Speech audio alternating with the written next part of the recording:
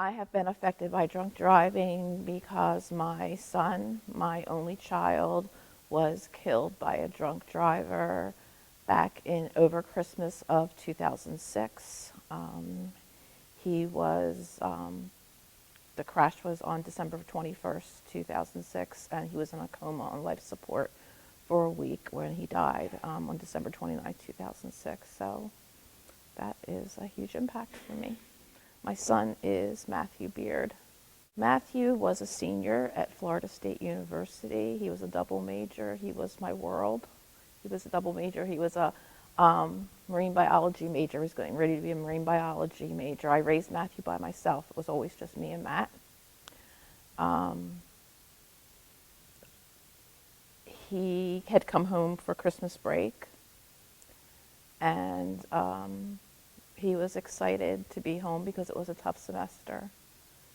And he had gotten on 95. He was on 95 on his way scuba diving when a drunk driver crashed into the back of the car he was riding and going approximately 90 miles an hour. They had stopped because of construction.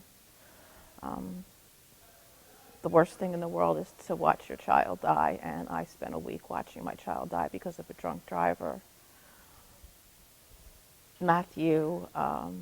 Matthew's friends held vigil for a week, and no one gave up for a week, including me. But in the blink of an eye, I was never called mom again.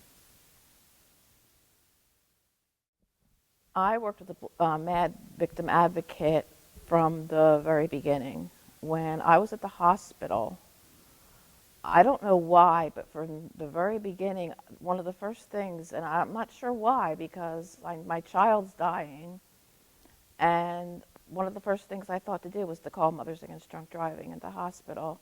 And it was over Christmas, so the local offices were closed, but I got a hold of National. And National somehow got a hold of the local office. This was in Palm Beach County, where Matthew was at the hospital. And a local representative, a local victim advocate got right in touch with me right away. And that was my first experience with a MADD victim advocate. And I'm still in touch with her to this day, and it's 5.5 years later. She was amazing. She was constantly in contact with me the whole time. Matthew was in the hospital, and I know it's a week, but it's the longest week of your life. After that, when I went back, at that time I was from Orlando area, Central Florida. I went back home after Matthew died. And right away, a MADD victim advocate came to me. Well, first, the MADD victim advocate came to his viewing that I didn't even know, showed up there. And then another MADD victim advocate got in contact with me right away and was by my side from the word go. I mean, as much as even going to pick up Matt's cremations. I mean, as awful as that sounds, she was there with me for everything. I don't know what I would have done without her, honestly.